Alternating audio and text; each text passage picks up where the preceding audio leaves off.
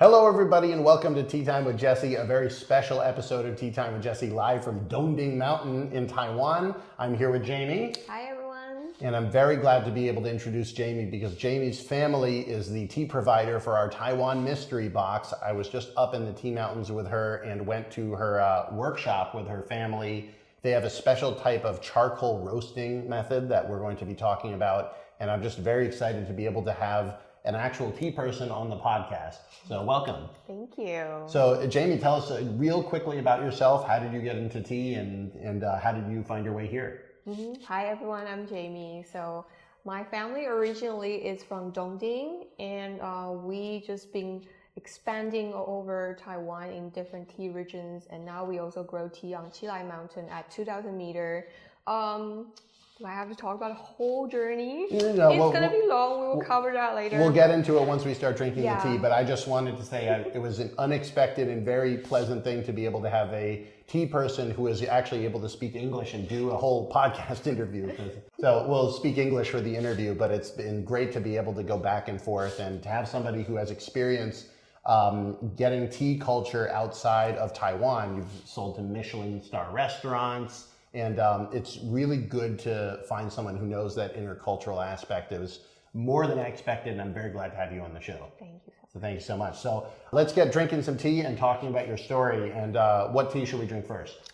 Today, we're going to start with one of the tea that we're going to have in the mysterious box that we're going to cover.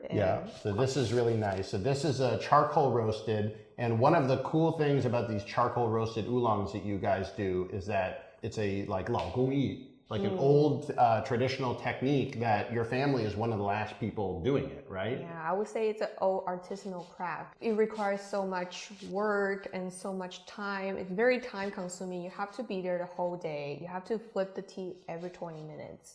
And that truly is very different from the electric roasting tea. So very cool. So I'm excited to try this. And this is one of 4 teas that we're going to be having. This is roasted to a level 2 out of 5, you said, right? Exactly. So could you explain to people your roasting technique and how you do the roasting, what the numbers are? Yeah. So it will be hard to get a common language among all of the tea consumers and also the tea makers using, oh, this is light, this is heavy. So we sort of just divided tea roasting level into 1 to 5. And each time it's roasted for 8 hours as our circle. But if this tea is roasted for 5 times, it doesn't mean it's roasted for 40 hours straight, non-stop. It means that this tea get roasted once for 8 hours and then get some days of resting, because all of the Taiwanese oolongs, most of the oolongs are rolled into bowl shape. And all of these bowl-shaped oolong, the stem is wrapped inside the leaves. The leaves is the most thinnest part of the tea. So when you're roasting tea, at the beginning, you're only roasting the surface. So in order for the stem has the most water. So for the water to come back to the leaves, again, for the leaves to be flexible again, for you to work with, you have to let it rest for a little bit. It's just like everyone needs a break. Everyone needs a break. Right? That's great. Well, let's drink this and get going with it. Yes. So very excited. The oolong in Taiwan is really one of the things that they're most famous for, and it's what I was really excited about coming here. So when I came, I told everybody I'd be doing a mystery box. I really didn't know what I was going to do, but my hope was that I'd be able to get a couple different styles. And so I've been very happy that we're going to have 4 teas in the box, and this is going to be one of them with the tea from your guys' mountain and then the charcoal roasting method from your family. So very excited. So let's see here. What are you looking for when you are making this tea? What are you doing? So first, I will warm up all the tea vessels, and then I pop in the leaves, and I'll give it a little shake. Nice. So you can smell the aroma. This is good. So this is after you've warmed up the lidded cup. 窑香. This窑香. is to wake up the tea, and you can feel the aroma. And it's got that roasty aroma flavor, which is very nice. Part of our choosing of this tea, and I don't know if the video blog has come out by the time this aired. I think it probably will have, but we went through a tasting process where we tasted the leaves unroasted, roasted at level 2 and roasted at level 3. And I think the 2 was really the winner, where it's still really easy drinking, but it has that roasty flavor in it. Yeah, exactly. Which one do you personally like out of the 1 to 5? as I always say, there's no best tea. There's only teas that fits you the best. I think I also like the second one because I think the third one is for people who are more into more roasted tea, and you can feel more roast than the tea. Where I think this is a great balance between the tea and the roast. Nice, awesome. It really is a personal choice. I mean, I was talking to one of the shushus up on the mountain that we were talking with. This tea farmer has been doing this for 30 years. And I asked him, you know, what was his favorite tea? And immediately he was like, well, my favorite tea is just going to be for me. You know, everybody's going to have their own type of tea to be able to make. And it's good to hear, even at like the really high levels of people who have been drinking tea over and over every day. Even then, they're like, you know, you really do have to try it yourself and find what you like. Yeah. So when you first got into tea, I guess you would have been very, very young. Like, you know, when were you first drinking tea? I think there's no really like an official date that I get into tea because I was born into the family. You're just born and then dunked in the tea, like, yeah. You know, 洗一下. like in tea. 洗一下孩子. yeah. If you cut my hand, it would be bleeding with tea. Yeah. Tea family, it's in the blood. It's in the blood. So you grew up around the tea mountains. You grew up in the tea mountains. And so what was that like? Actually, my direct family, my mom and my grandparents, the one that are tea making family, that is my grandparents, they grew up making tea in Dongding, and my grandma is the city girl. She did not like the farming life. And my grandpa, he's the farming guy. He liked the countryside. Nice. And when they got married, they actually got matchmaking. So they got a matchmaker. They only met each other sort of at an engagement. Oh, wow. Oh, so they had like an arranged marriage. Yeah, it was very arranged. And my grandma actually, I don't know if I can say this. There's a lot of tea. There's a lot Grandma of tea. had a boyfriend in Taipei back in the days because she liked the city. But grandma's family say, no, you have to marry this man because he's got tea mountains. Oh, wow.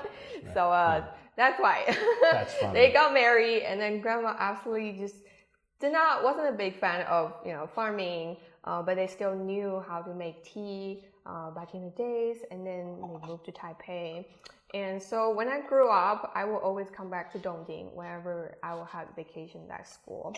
And then whenever I come back, it's always tea and tea before meal, after meal, before sleep. Yeah. Even when you wake up, it's like tea is water for us. Yeah. There isn't a set time that we set for tea. It's just anytime. This is my favorite thing about hanging around the tea mountains as a tea guy. In America, I drink more tea than 99.99% of people. But then I come to the tea hills and they're just always drinking tea. No matter what time it is, somebody's sitting at the table, somebody's making the tea. But hey, let's take a moment. It smells so good. Really nice. Yeah, the roastiness really comes out there. How would you describe the scent? I like that nuttiness.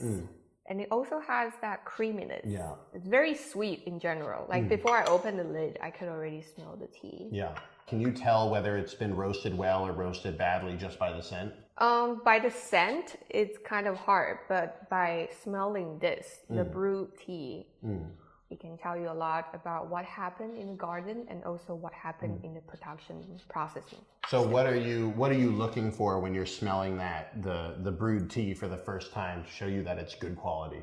So after you brew the tea, you open the lid and you smell, there will be steam coming up, and you will get like a smash in the face kind of fragrance.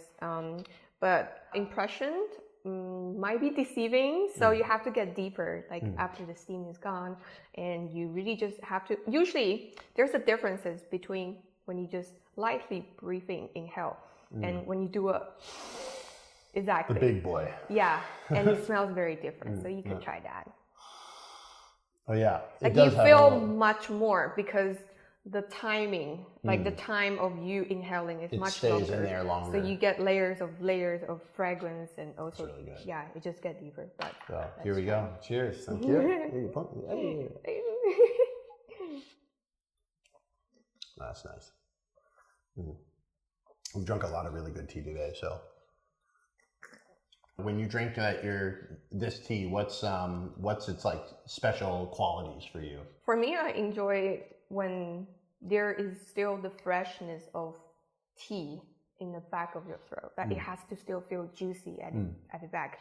Even our most roasted, heaviest roast, you still should feel that juiciness, 回甘 afterward, and I would know that is a good roast because our tea are roasted very slowly.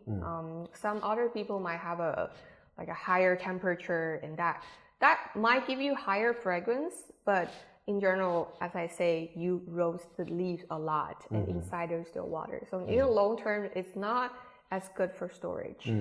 But when you roast tea slowly, it penetrates all into the tea, into the core of the tea, and as well as the stem. So is this the sort of tea that if you had, like, say, exposed to air, it won't be as bad as if you had like those fast roasted teas exposed to air? In fact, I would say starting from our medium roast, I will even recommend opening the pack for a day or two, just to let it wake up. Wow.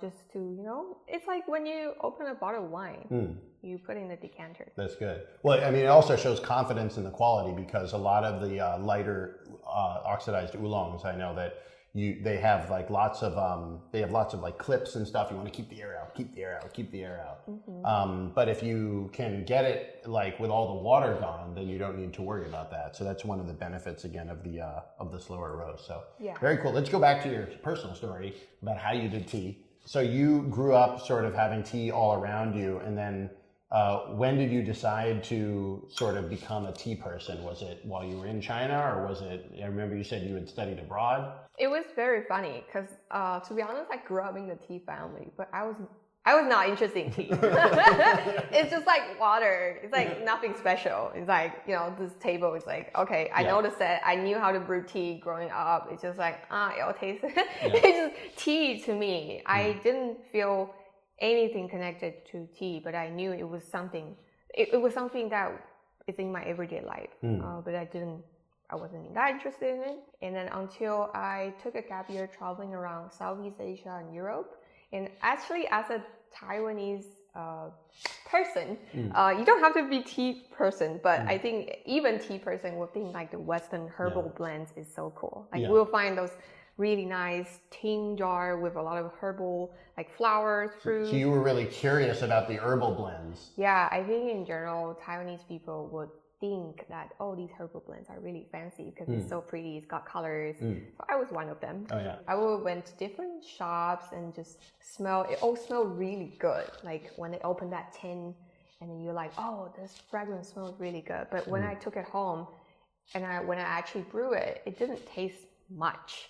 And I realized, wait, maybe some of them were artificially flavored. Yeah. So they were not natural flavor. That's part of the big thing that like a lot of people in the Western tea shops are used to, like opening up, that smells so amazing, I want to take that back. And then a lot of it's they spray scented oil on it, right? Yeah, I think honestly, one of the things that people see more commonly is Milky Oolong.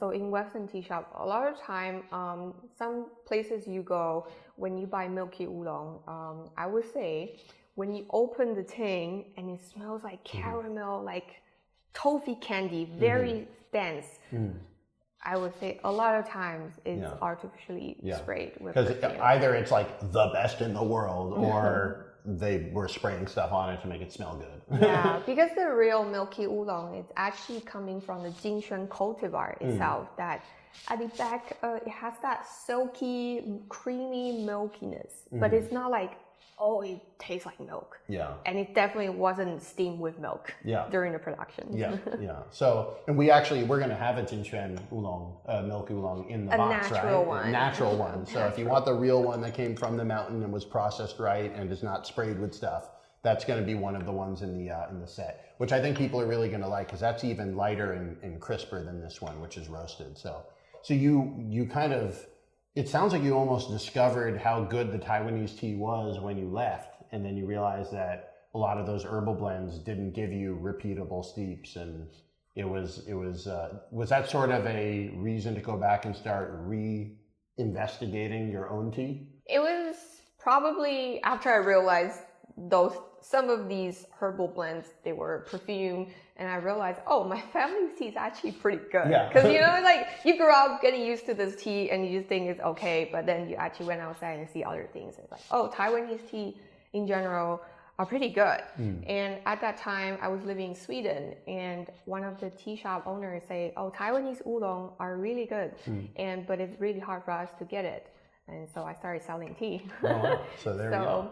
Yeah, so when you start selling something, you gotta understand more. So I started reading books and actually got more into tea because I needed to sell it. I needed to. Well, you got to know what you're talking about. Then. Exactly. So then, was it like, how did you learn how to describe tea to the Westerners? Because this is like a huge problem that I have, is that when you're speaking with Chinese people that have drunk a lot of tea, you can kind of make these comparisons. Oh, it's a hong cha, it's a red tea, it's an oolong, it's something like that. Even people that don't know a lot about tea will know more than regular people outside of China. But then once you get to these places, like, how do you talk to Swedish people about tea? Yeah, exactly. So I think it's very interesting. We all speak different language in tea. Production people and customers. Like for customer, we will speak food languages. We will say, "Oh, this tastes like banana. This tastes like mango." But for production people, we have to speak in a language. We cannot use food to describe tea. We have to speak very technical language. We will say, "Oh, this is oxidized at this level. This is roasted to this level." We are a bit more technical, but that's two different languages. Do you feel like one of the languages is more true?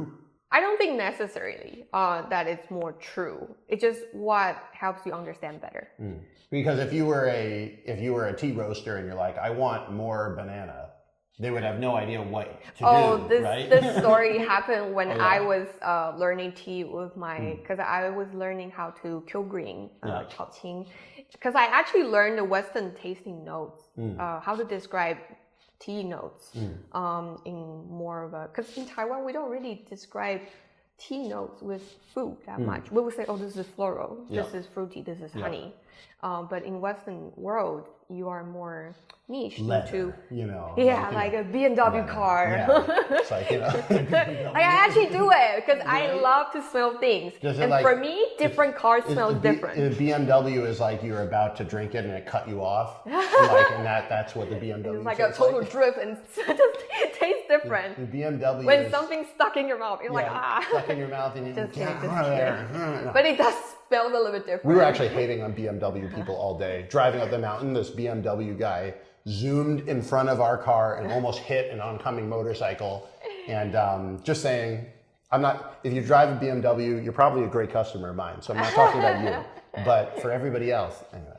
But this is the thing though, is like, it's a total cultural thing to describe things as cars. I actually get that. I'm always looking for ways to be able to describe it because it like taste is so personal. Exactly. I think taste is very personal. So the story was that I would speak to my master who told me how to kill green. I was like, "This tastes like papaya milk." And he would tell me, "Don't speak to me like that." Don't talk. He was kind of mean, but he said, "I will not understand. I will not accept this language." Don't talk to me like that. Yeah. It's as if you're being disrespectful. Yeah. So he was like angry. He was like, no, because he told me he's a very nice master and I respect him a lot. Yeah. But he told me that my papaya milk and your papaya milk is different. You know how milk in different places actually tastes different. 不够准确. Yeah. So each person's like you would say, "Oh, this smells like cinnamon," but there are so many different kinds of cinnamon. Yeah. So usually when I go to a new country, I will start smelling things around, especially flowers, because in Taiwan, when you're buying high mountain oolong, a lot of time people like to use orchid as a description of tea, but you don't have orchid in Western world, right? If you're not in a place that knows what an orchid smells like or orchid, tastes osmanthus, or lychee, mango, depending on the regions. Like if I tell you orchid, you probably can't associate that well. Or it might be like vague. It might be like you're giving somebody a really good tea, but because the word you use to help them is something, they're like, "Okay, orchid is a flower. I'm just getting flower. I don't know specifically what the orchid is." Whereas if you have like, a different specific word for those people, it will really be helpful. Yeah, so for my advice is for tea people who want to discuss tea notes with people from other cultures. You know, try each other's food. Yeah, that's a really good point, because you said it here, like lychee. Like, I was surprised. I went on my last trip to Beijing. I bought some lychees at a fruit store, and I took a picture of them and put them on my Instagram. And we got a couple people who were like, "What are those?" They didn't know what they were, and so it wouldn't be helpful for me to describe this lychee. It's one of the problems I feel like sometimes people in the fancy food world will intentionally use words that other people are not going to know. Because that way they're like, What's the point of that? I know, but this is what drives me crazy. Is like, it doesn't do any good to describe it like that if it's not helpful, you know. So you would go and you would try to smell what the cinnamon in a certain place smells like, or smell what the flowers in a certain place smells like. I would go on the street and see what's the most common flower. Like some areas could be like gardenia. I think gardenia is easy for people to understand. Or rose. These are like easier. I know what a rose is. Yeah. I'm a little bit tied into the flower world myself. But yeah, the being able to help people do that tasting is a big part of getting people into the higher level tea. Yeah, but at the same time, when people are on my tea table, I actually do not like to talk about tea tasting notes. I don't like to guide people through tasting notes, because tasting notes is so personal. And it's very interesting. I can tell you like, oh, there's mango. And you will search every single part of mango. It could be the mango skin, it could be the core of mango, it could be the meat of mango. That you will try to associate it with mango, and then that will sort of guide you towards that tasting. Because I have because we give 4 tasting notes usually on each tea card that comes with our thing. And those tasting notes I just make myself. You know, I wish I had more adjectives. People who have repeatedly had our teas notice like a lot of honey shows up, a lot of floral shows up. I did that because people really wanted them. But I also felt a little bit in the same way, like, you know, it is a little bit of a shame if I'm going to be giving this tea to somebody for the first time and influencing the way they drink it. And I wouldn't do it except that we're an online tea house, and so I don't get the chance to sit down with people and answer questions. So some people really want to know that, and so it's there for them. But if you guys want to ignore my tasting notes, like, do it. I'm not any sort of like giant expert in adjectives for tasting notes. I think when you firstly get into tea, you want to have guidance. And I would also recommend, even though you have the cards, try to sip on the tea without any guidance first, and then you can open the card. But these aren't necessarily the correct answer, because there's no correct answer on tasting notes, because it's very personal. Yeah, and same with the steep times and temperatures, would you say? Steep time, temperatures. I notice, a lot of people in the West are familiar with coffee. Strict. Well, yeah, and I think for coffee it makes sense. I'm not a big coffee guy either, but I've heard for coffee, if you pour the tea, if you steep it too long, or you're getting too long of an extraction, that can be bad for the coffee. For tea, for me, it's always been a little bit more about touch and personal taste. Do you feel like the steep times and temperatures also, kind of like the tasting notes, are kind of just do what you want, or is that more specific? I feel like there's always a range that you can play with.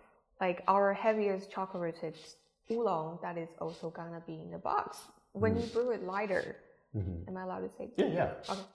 Yeah, you can say. Yeah, there's no more spoilers. This is the launch video. If you haven't noticed, we will have all the info up. By the time this launches, all of the info on all the teas will be up on the shop. But yes, don't want to spill the we are. I'm very excited about this. So you're talking about the highest roasted charcoal. So I think tea is very interesting, because depending on how you brew it, what vessel you brew it in, what temperature, even what kettle that you. Like what kind of fire, like electric or charcoal, that all changes the taste of your tea. So of course, like steep time and also proportion and also temperature, that is one thing to play with, and they can be all very different. But I think good tea is very forgiving, and I think that's why you should always have good tea. Yeah, it seems funny, but the better tea you get, the harder it is to mess up. We did tastings today, and we can show some of the footage of that, where the way you recommend trying different types of teas and deciding which to buy involves overbrewing them by a lot. And that way you can really see if you've overbrewed the tea really badly and it's still good, you know the quality is at least at a certain level. And so that's something that I actually saw a lot here in Taiwan. We saw it at many different tea houses. And I kind of like the idea behind that, because it means like you can be very sure that if you get a good quality tea that, you know, you can relax a bit. You know, I think coffee, I don't know coffee, but for me it feels a little bit more like, you know, Tulsi, like makes me nervous if I wasn't pouring it exactly the right time on my timer, you know, whereas with the tea, it really can play to your own taste. And so I really encourage people to do that, because I get a lot of comments that are like, should I steep it at 95 degrees or 90? And I'm like, there's probably a way of doing both. Like that's not going to cause the tea to blow up and explode. Yeah, honestly, I would say good tea, especially oolongs. All the teas that we have in the box, it's gonna withstand boiling temperature.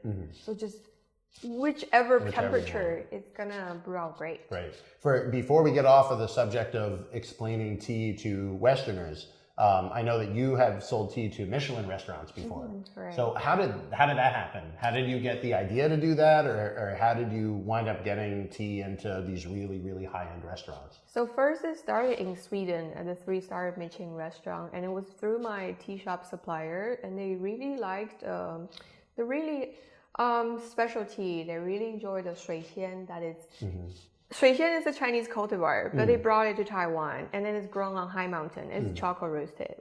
And all these they really are seeking for uniqueness and something rare.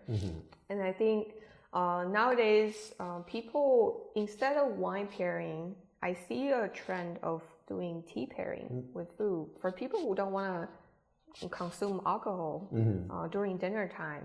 And I think it's really nice to see this trend coming, and because that means the artisanal Taiwanese tea have another stage to shine, you know, especially outside of Taiwan. And it's very nice to see how tea can be transformed. Like, yeah, because I think tea in Taiwan sometimes is seen as a commodity, but I think tea is art. Because each batch is different depending on the day that it's made, the weather, the people, the soil, the terroir, and everything. It truly is art, because we are not going to ever make the same tea again, even though it's just one day apart. Yeah, I mean, even with aged teas, this is always kind of, it makes more sense to people. Like we would sell a 2005 tea on the website.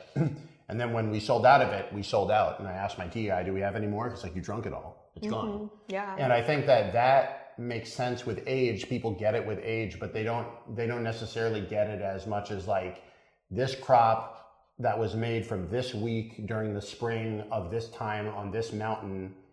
Once it's gone, it's gone. You can find stuff that's similar, but it's never going to be exactly the same. Yeah, like as a tea maker, it's important to stay consistent in your quality and your style.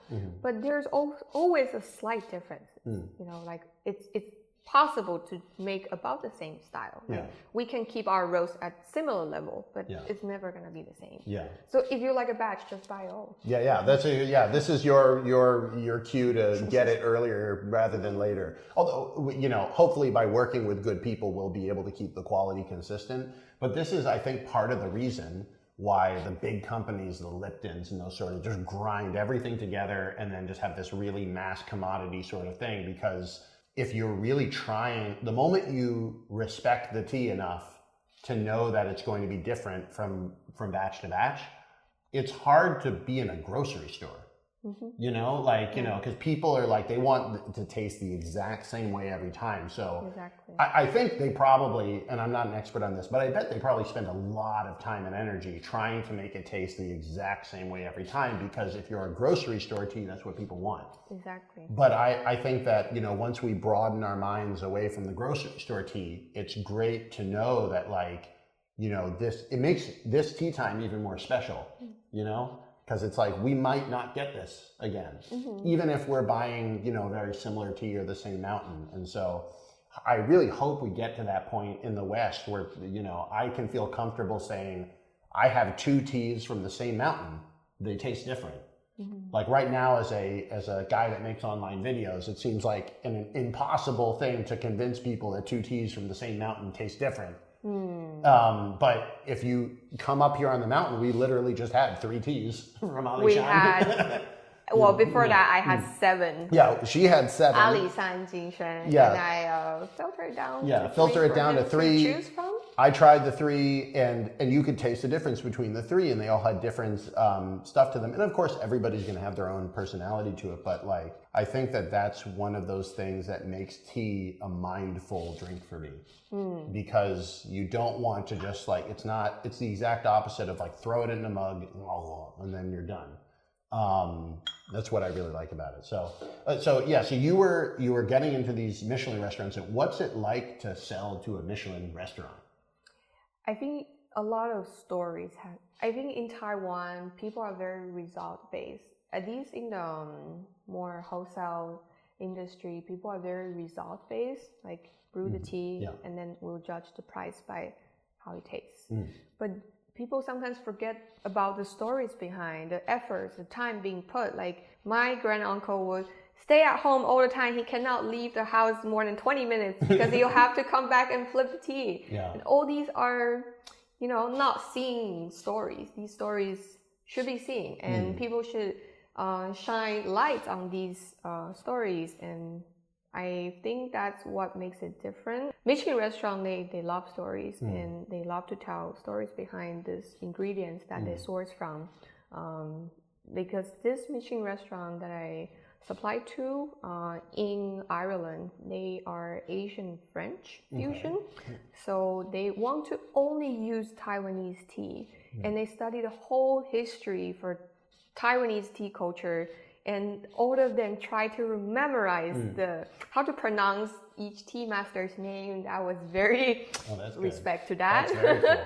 Yeah, so I get really happy when people pay attention or willing to give extra effort just to present these stories to the customers. Yeah.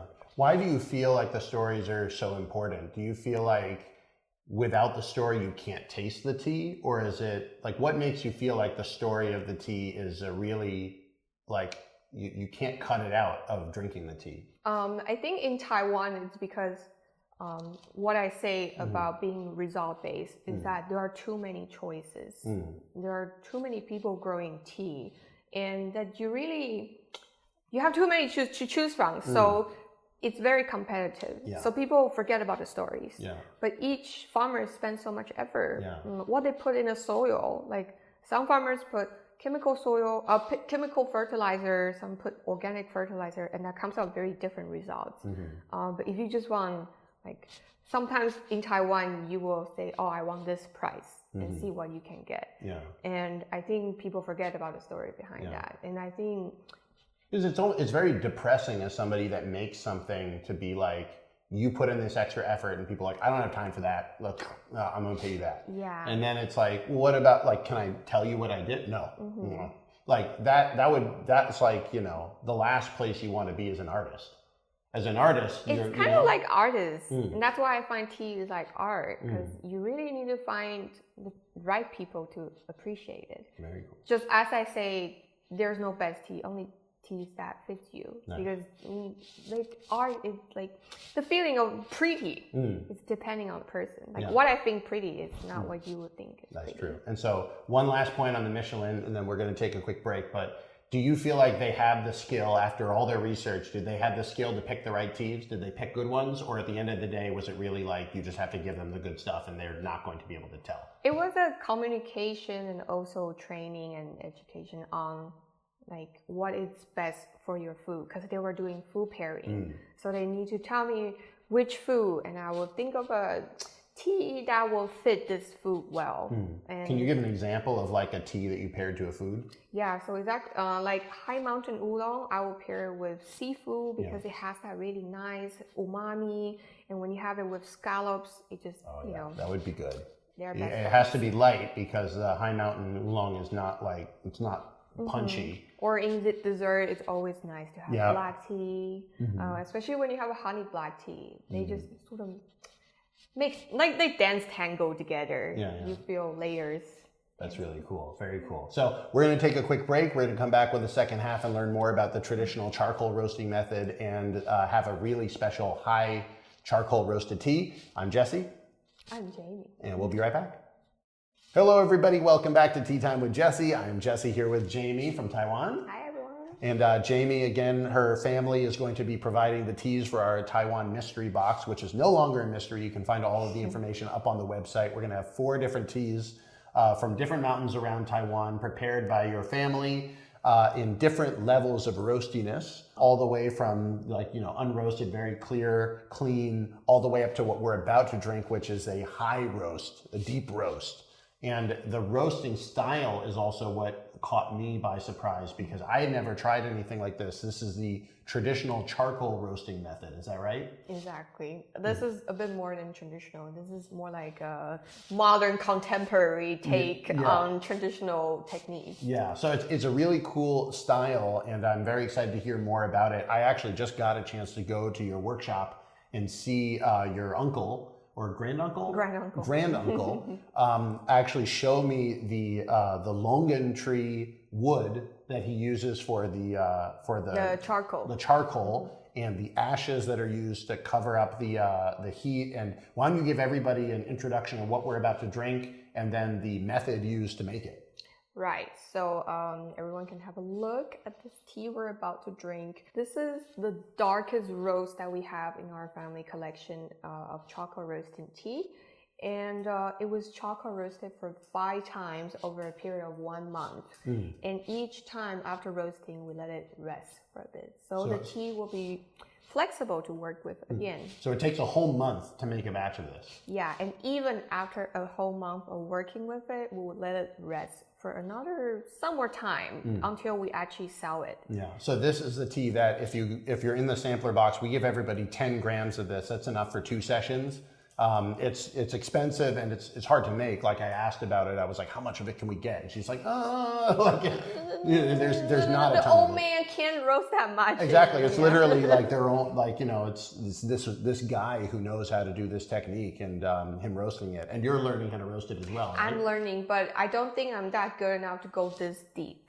Because when tea is this heavy roast, you really is just purely tasting the techniques from this roasting master. If it's a bad roasting, this tea is just going to taste very burned and not unpleasant because you are rarely going to taste the tea itself, but the whole thing, the technique really shows through. If you have bad technique, it's going to be very apparent. Exactly. Very cool. Well, this is exciting. So let's make this and get going with it because I'm very excited to try this again. I tried the one sample that we had in the tea house in Taipei, and it was really unique. How would you describe the flavors that come out of a roasted oolong? From roasted oolong, there are also 2 versions of roasting: electric roasting and charcoal roasting. And as my granduncle said, that charcoal roasting tea, the Longan charcoal itself, gives extra brown sugar notes to tea. And electric roasting gives mostly nutty notes to tea. And I think that's different notes that from different roasting methods that it adds on to tea. But according to how heavy your roast is, it also gives different notes. For example, like this roast, it gives when you actually, also depending on how light or how strong you brew it. When this tea is brewed lightly, it tastes like cigar. Very smoky. Exactly. And when it's heavy roasted, it tastes more like a dark roasted coffee because all the fruity sourness brings out when you brew it stronger. Very cool. So I think this is a very interesting tea for coffee people who wants to get into the tea world. Yeah, and we definitely have a lot of people, I get a lot of comments asking that, and I usually recommend sort of like darker oolongs, da hong pao or something like that as kind of. It doesn't taste quite like coffee. We also say shu pu'er, the really darker shu pu'er. I think part of that's just though because the coffee people want a lot of taste. They don't want sweet water. This would be like an easier transition. From coffee. And so this is also really cool because as a tea person myself, as I said, I've drunk a lot of tea, and so the first time that it wasn't even when I tasted the tea. It was the step we're about to do right now, where the gaiwan has been heated up, and then we give it a little bit of a shake. And then that shake starts to bring out the aroma of the tea leaves. This is the first time you're really going to smell the full impact there. And I'm looking forward to this again. Oh wow, yeah, it's like it almost is like walking into a Starbucks a little bit. Like, you know, like, I don't know. I hope it's better than Starbucks. No, better, but like as a non-coffee guy, I smell that and I'm like, that doesn't immediately. It's like a Americano, like a very dark roast, roasted coffee that you get in America actually. You know, I'm a traditional apprentice to Chinese culture myself. I studied xiangsheng with Master Deng for 7 years, and it's definitely one of those things where a lot of these traditional cultural techniques, you need to learn them for years and years and years. You need a very subtle understanding of what is right and what is wrong, not because there's like right and wrong, but because without that expertise, you're really just copying other people. You're not really continuing the tradition. And so what did you first think of the charcoal roasting when you saw it growing up? Let me try to recall. Yeah. Because growing up, back in the days, tea also tasted a little bit different. Back in the days, tea would have been more roasted than nowadays. Nowadays, because of high mountain oolong is the market trend, so all the teas are much lighter oxidized. Like Teatime will be lighter oxidized and lighter roasted too. So growing up, the tea were somewhere between the second roast in our tea box actually. That would have been the tea that we were more used to when I was little growing up, and I will just associate with home. Yeah. Because Dongding is famous for charcoal roasted tea, and in this area, like charcoal roasted oolong. So the roasting for you is kind of like, that's kind of what tea was normally like.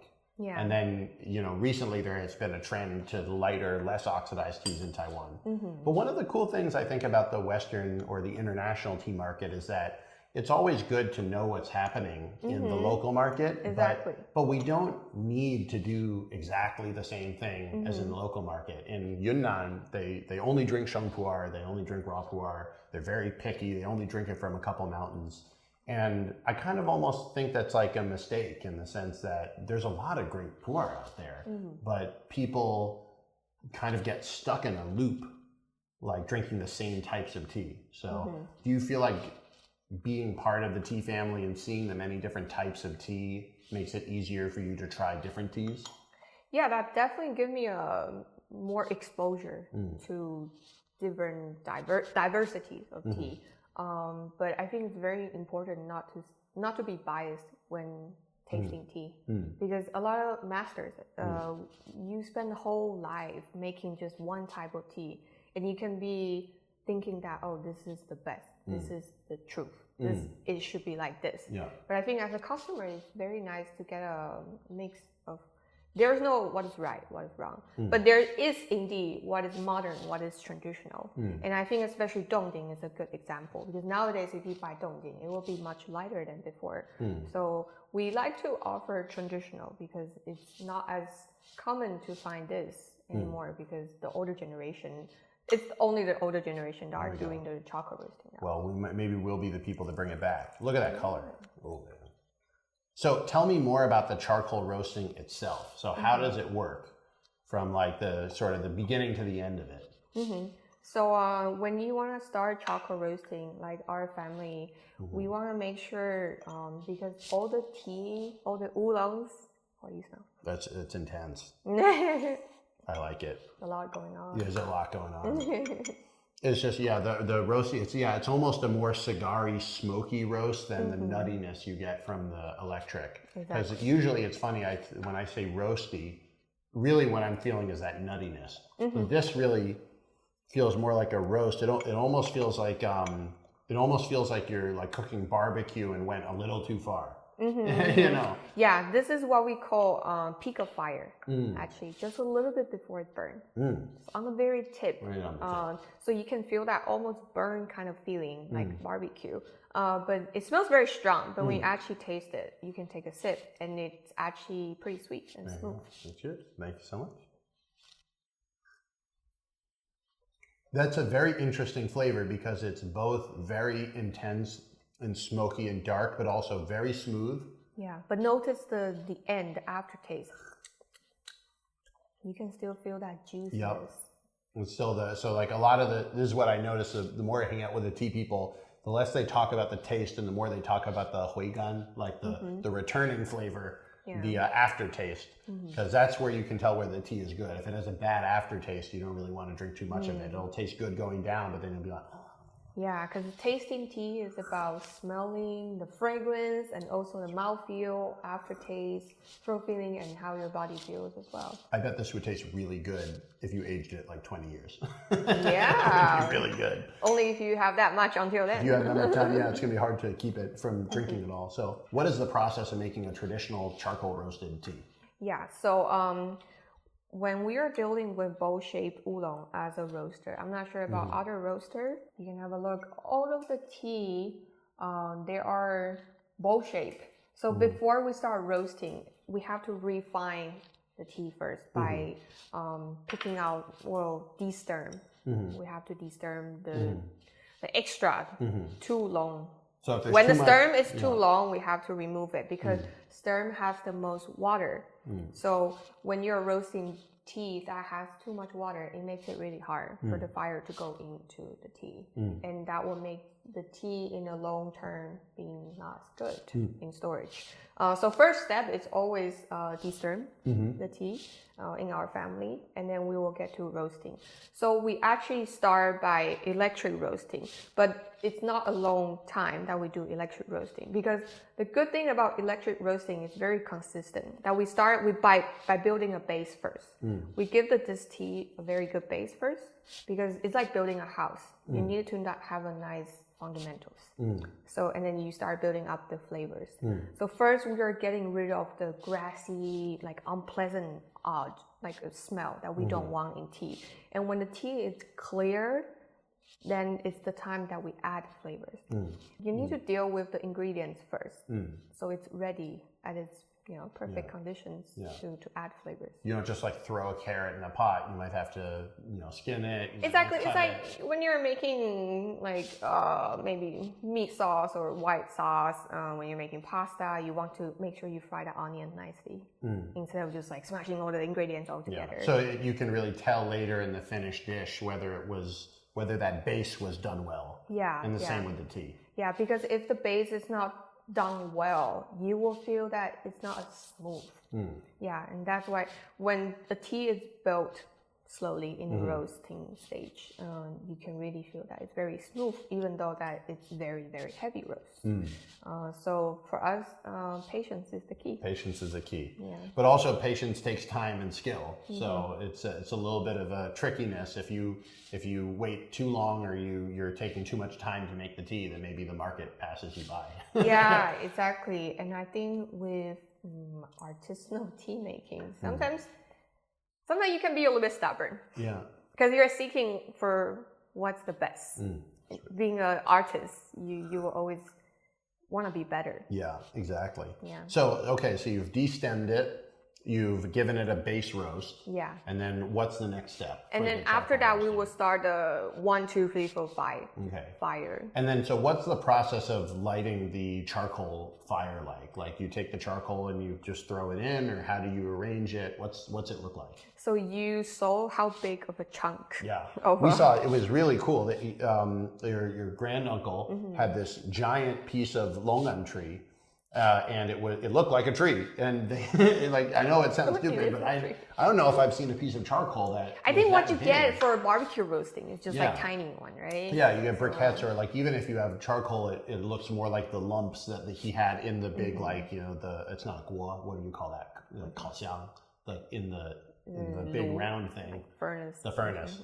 And then you took out this huge piece, and he was saying that even getting the wood now is very difficult. Yeah, getting charcoal now is like a fight between if you have the guanxi, if you have the connection. You gotta know a guy. You gotta know somebody. You get your charcoal. Yeah. And why is it so hard? Because these charcoal that we use, we only use Longan wood for charcoal roasting. Obviously, you can also use lychee wood or other kinds of wood for charcoal roasting. But Longan wood is the best because it has the most density. So it gives very consistent fire. And it doesn't have any other smell.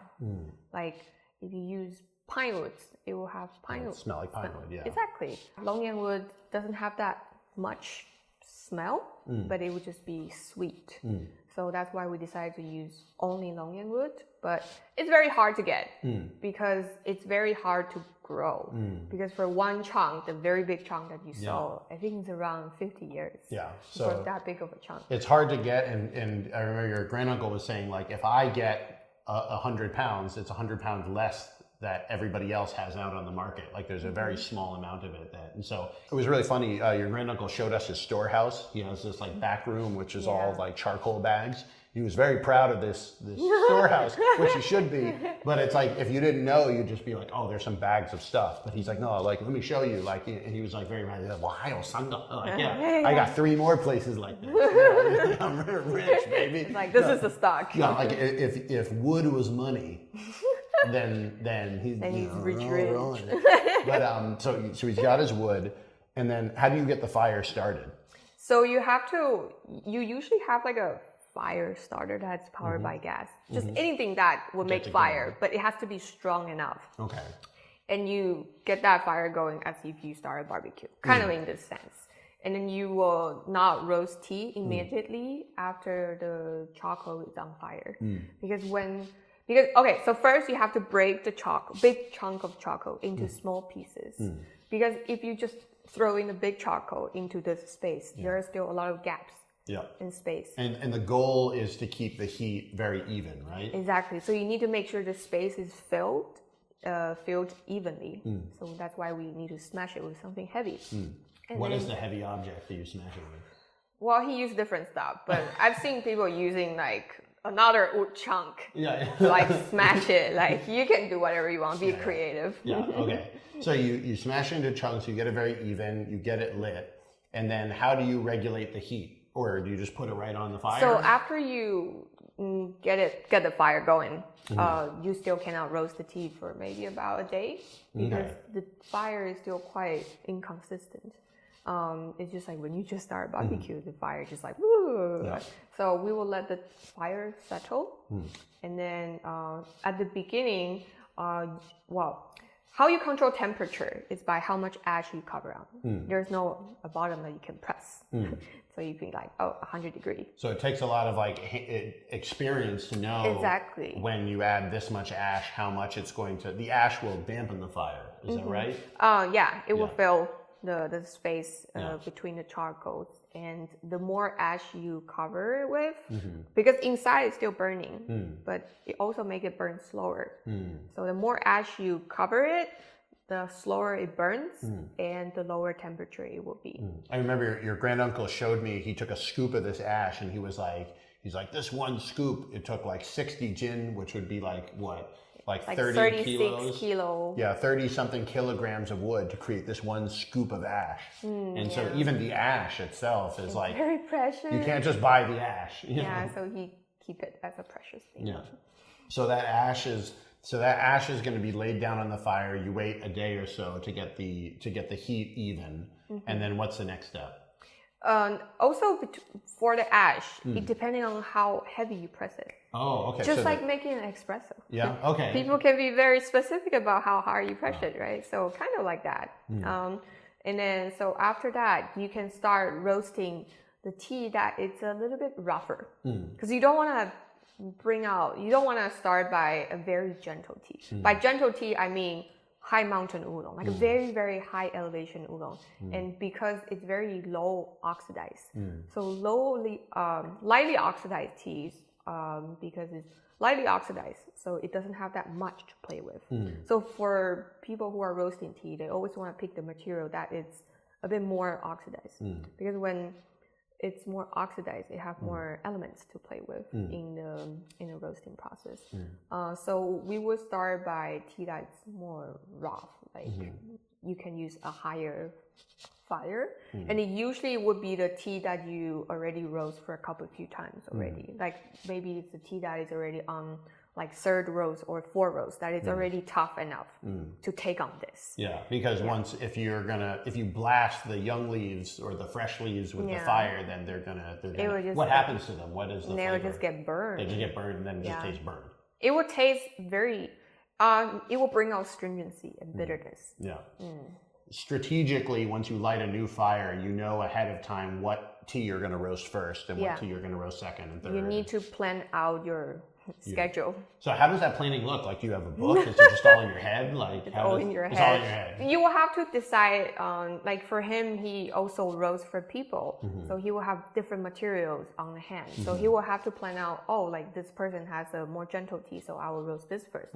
And so sometimes you might have to get in the line for a couple few months or when he has a bigger order. This was one thing that was fascinating for me because before I got into tea, I was just like, there's a tea farmer. He makes the tea. But actually, there's like everything from like, the farmer owns the land and rents the entire plot of land to another family to take care of the trees, and then they do everything.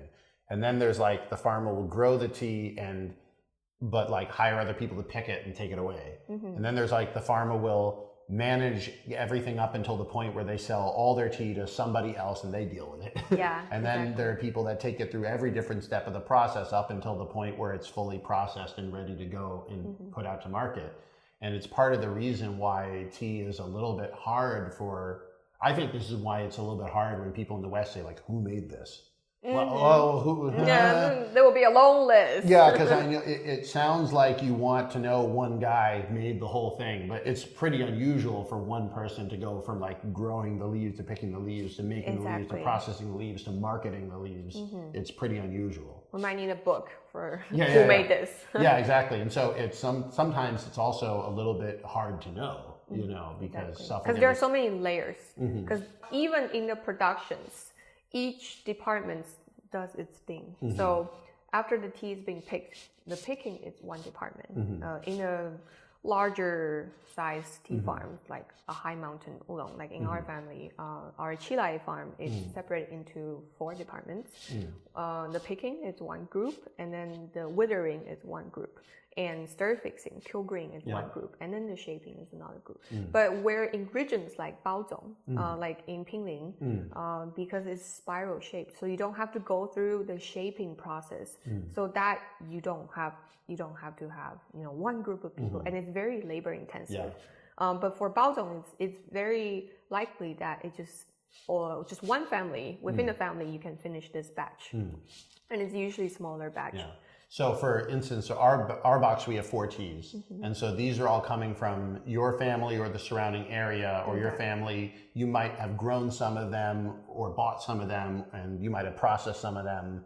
And then, but between all of them, you're kind of having your hands on some part of the journey, right? Exactly. Yeah. So this is part of the thing where it's hard to necessarily say like, oh, this family is from this mountain and they make this tea. It's like, it's always a cooperation. I almost feel like you've even said that other people around Taiwan, if they want charcoal roasted tea, they have to go to your granduncle, basically. Not that they have to. Well, there are options, but but there are not many charcoal roasting masters. So it's like one of those things where like your family may have a hand in many different tea shops around the country. And also another insider thing is that tea making, like the masters who make the tea, they actually like the high mountain regions, these tea making master, it's like a tour. It's like you do the comedian show, you do a tour in different cities. So these master will work in different mountains. Are they funny? They're pretty funny. They like drinking. Your granduncle is really funny. Cut to some of his like facial expressions. It was funny. We were doing the whole charcoal roasting thing, and he had the mask on, but like his eyebrows. He's like, when I got something wrong, he's like, no, he's wrong. Speaks with his eyebrows. Yeah, he's so funny. Yeah, so they do these tours, and what's the point of the tour? So usually it happens with high mountain tea masters. So usually you say, I told you that there are 3 departments that handle the tea making, right? So the withering, also kill green, and also shaping. So this usually comes in a whole group of masters, and it will be maybe, let's say like 10 people in withering. So they go on tour together, like comedians. It's all like comedy. Exactly. It's like stand up all the way down. It's like it's like the kings of comedy. The kings of kill green. They're killing it. It's even more like exactly. comedy. Oh my gosh. But it mostly happens in high mountain oolong makers, because when they can do tea in different elevation, because let's say in winter the higher elevation will harvest first, and the lower elevation will harvest later. So you can time out like. So they're basically just kind of going down a mountain very slowly. Yeah. So like in spring it's going up, and then in like in terms of elevations, and then in winter it's going down. But it sounds exhausting. It sounds like it'd be very it's like, a very tiring. exhausting job, and it's very seasonal because you work for 4 seasons a year, and it's very labor intensive. Yeah. So again, if people are like, "Oh, the tea is really expensive," it's like there is a reason why the tea is expensive. You know, it's not just like somebody made it up and like, oh, they don't know any better. Like, especially in the Western market, people forget we have to compete with the Taiwanese market for these teas. We don't get to choose the price of the teas. The Taiwanese market, or when I'm in China, like there's a pu'er market. I don't get to just choose what I want to pay for the raw pu'er. Like we have to actually compete against the people who love collecting pu'er. And so a lot of times my choices about what tea I get is I'll look for what's popular in a certain area and then I'll avoid it. Because I'm like, it's not that it's bad, it's because it's hard to get. It's hard to get, like, there's some, like, if you want Bingdao pu'er, it's really expensive. But if you go a couple kilometers over, it will be different tea. It's not the same tea. It's not like Lao Bingdao, but it's really good. Right. And for Americans or for Europeans that have never had pu'er before, I would rather be able to give them more different types of a tea like that than be like, I'm going to give you 10 grams of Lao Banzhang and like, what does that really do for you? It doesn't help you on your tea journey to have like one blast of this really amazing tea. Although I will say, I was at Lao Banzhang last summer. It was really good. And we do have a Lao Banzhang white tea coming out. But I don't know if I'm supposed to say that. It's a secret. It's coming out in the future, vague future. Maybe, I don't know. It is always a little bit of that balance to figure out how to do it. So okay, so let's continue on the process. So you've reached the roasting stage. It's getting back to the roasting process all the way through. You've had the fire running now. Now let's say the fire is smoothed out a bit, and it's a couple days into the roast. How long does it take to smooth out the fire? Like you can use the fire for about 2 weeks, but depending on how you use it. And like for my grand uncle, he roasts tea slowly. He liked I would usually say like the yin and yang. Like yin is like slower, more like slowing, and the yang will be like you will feel the fire. Power, the fragrance might be higher, but I think the yin part of like the yin style of charcoal roasting, the texture is smoother. So he'll keep it on the fire for how long?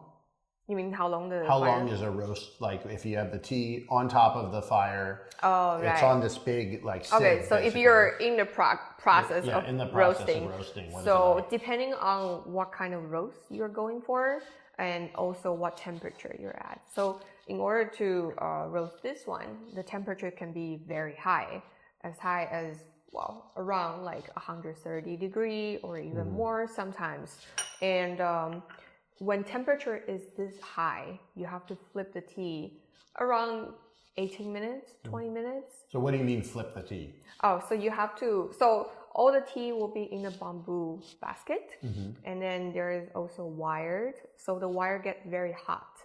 And so if you don't like pour it out and then like pour it in again, so the bottom tea will be burned and the top it's not that roasted. So just make sure it's even. Yeah. So you'll take the tea out, and you showed me you take the tea and you like flip it onto another like a big dish basically, but a big dish. Yeah. And then that allows the tea to kind of even out, and then the next time you put it back, and then you rest it, or how long?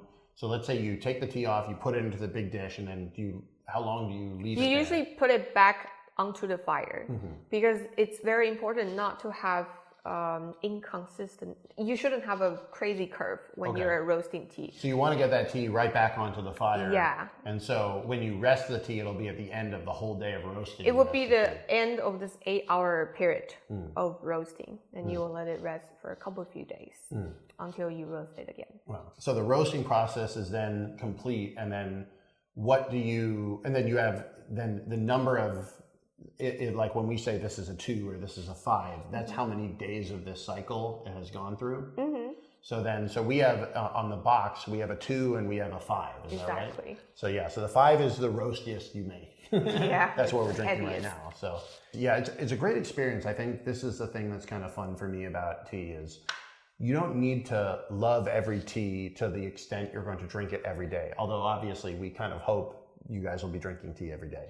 But just experiencing the different teas is already kind of fun. And it's because tea is something you can make for multiple people. Like how many steeps do you think you can get out of this heavy roast? A really, really heavy roast. So you can start the temperature low and then build it up.